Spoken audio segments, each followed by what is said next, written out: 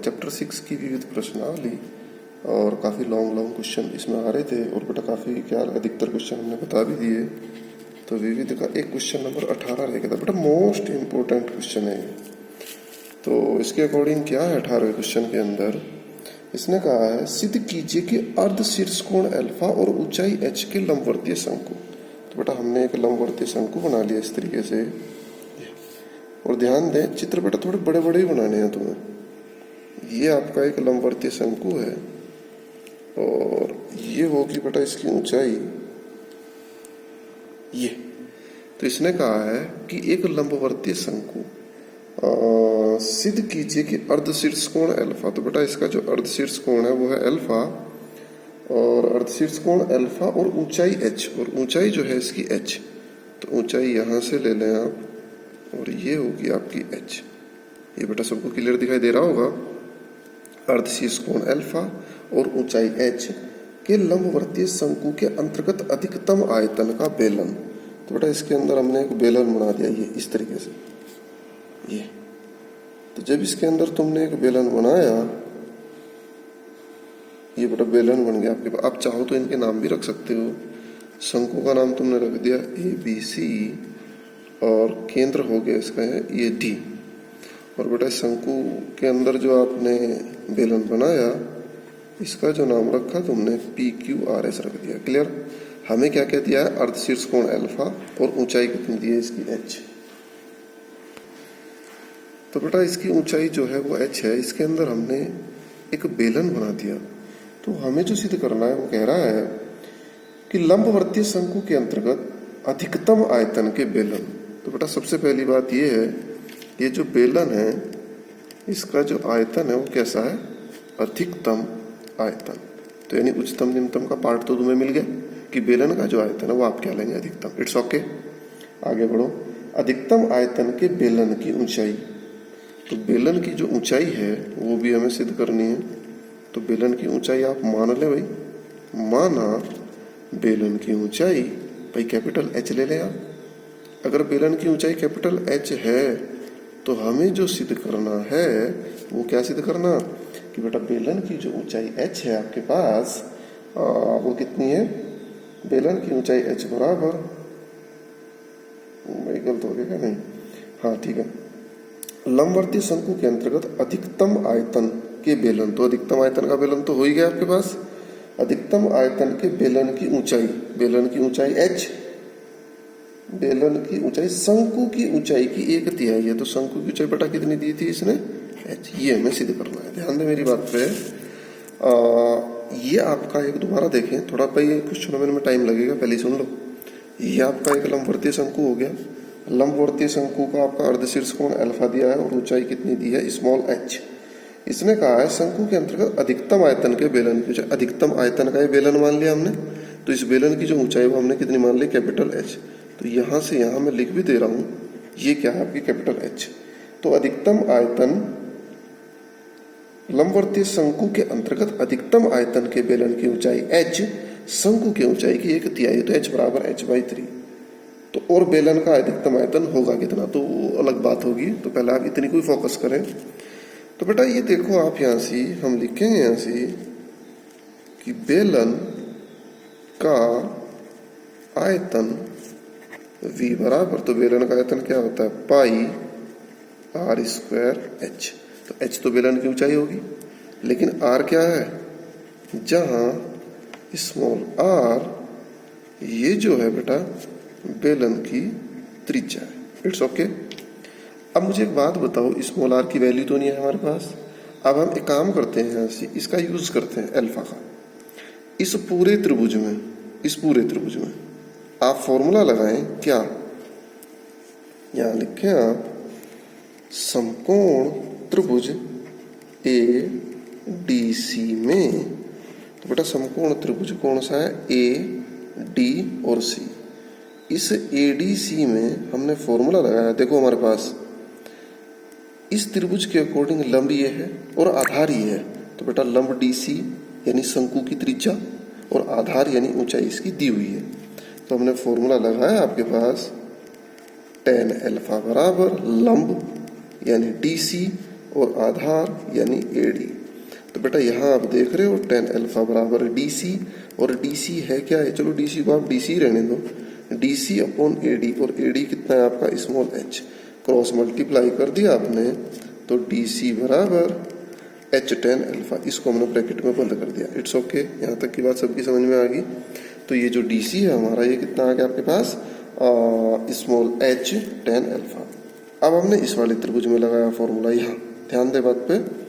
तो इसको D था और ABCD इसको आप E मान लें, तो हमने लिखा यहाँ पर इसको बेटा E मान लिया हमने, यहाँ लिखा समकोण त्रिभुज AEQ, ध्यान दें AEQ, तो समकोण त्रिभुज AEQ से, तो AEQ से फॉर्मूला लगाया तुमने, यहाँ भी बेटा आपने tan अल्फा का फॉर्मूला लगाया था, tan अल्फा बराबर लंब, लंब यानी EQ, लंब यानी EQ बेटा आधार, आधार कितना आपके पास AE, तो बेटा इनकी आप वैल्यू रखें, तो यहाँ आया आपके पास tan अल्फा बराबर EQ, तो EQ तो कितनी है आपके पास बेलन की त्रिज्या, तो इसकी जगह आप रखते हैं स्मॉल r। बेटा EQ क्या है बेलन की त्रिज्या, ये आपने कितनी मानी थी स्मॉल r, नहीं मानी अभी अभी, तो इसके बदले हमने क्या रख दिया स्मॉल r, और पूरे के अपोन में आ गया AE।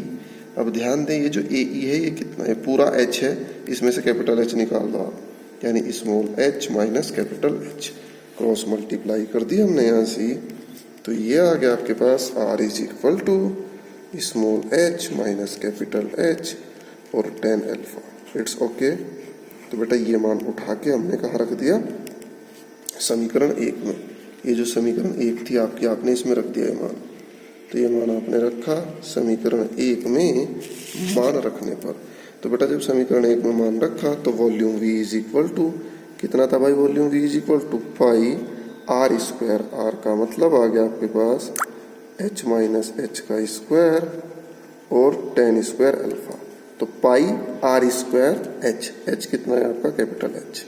अब बात ये आई कि पूरे क्वेश्चन को थोड़ा सा और कन्वर्ट कर लें, तो पूरे क्वेश्चन को कन्वर्ट करने का और भी तरीका है हमारे पास।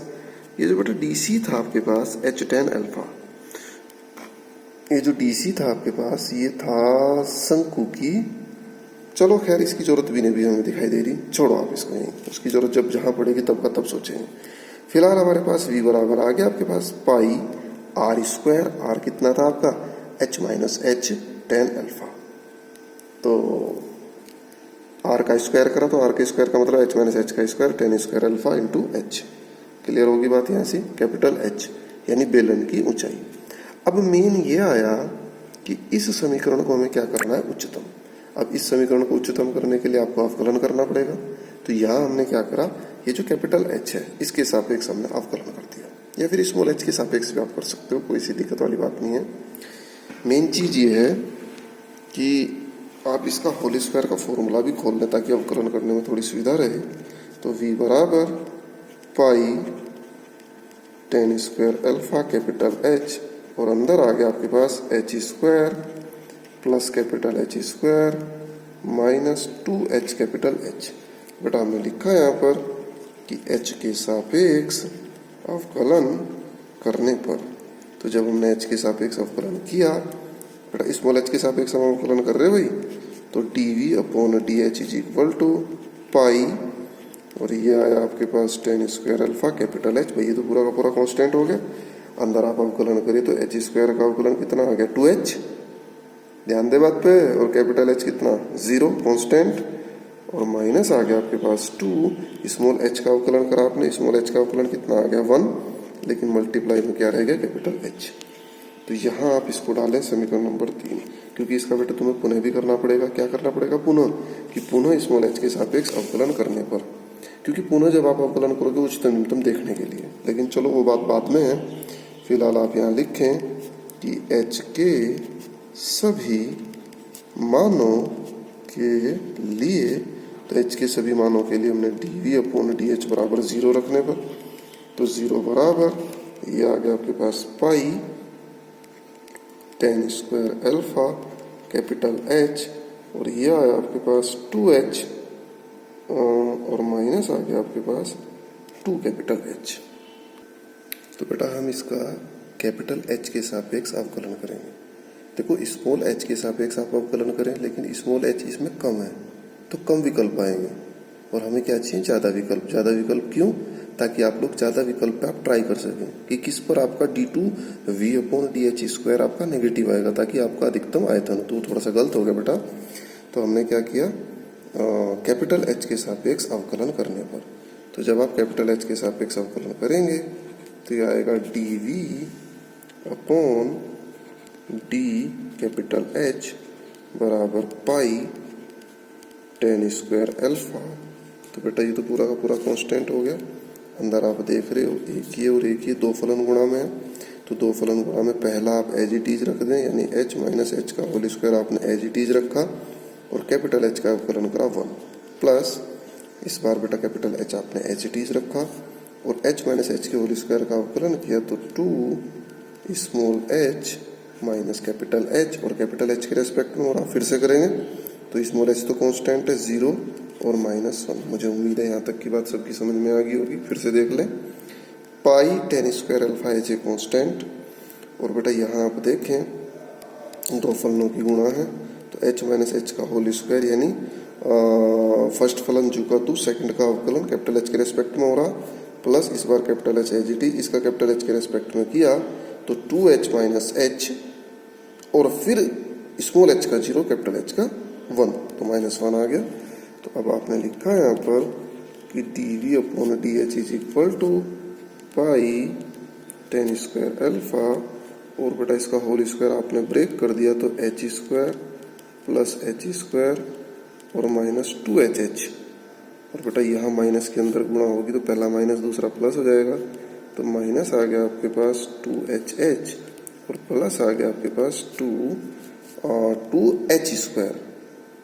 2h की हो रही ना अंदर गुणा, तो 2h की जब गुणा हुई तो 2hh और 2h स्क्वायर, और चिन्ह अंदर बदल के इस माइनस की वजह से, तो इस ब्रैकेट को हमने बंद कर दिया।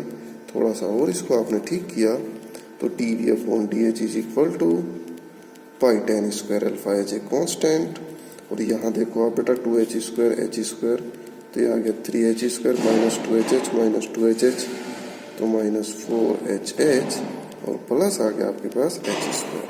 इस पे आपने समीकरण नंबर 3 जो भी समीकरण चल रही होगी, और बेटा 3 इसलिए डाली ताकि तुम पुनः जब अवकलन करोगे तो यहीं से फटाक से कि समीकरण 3 का पुनः अवकलन करने पर।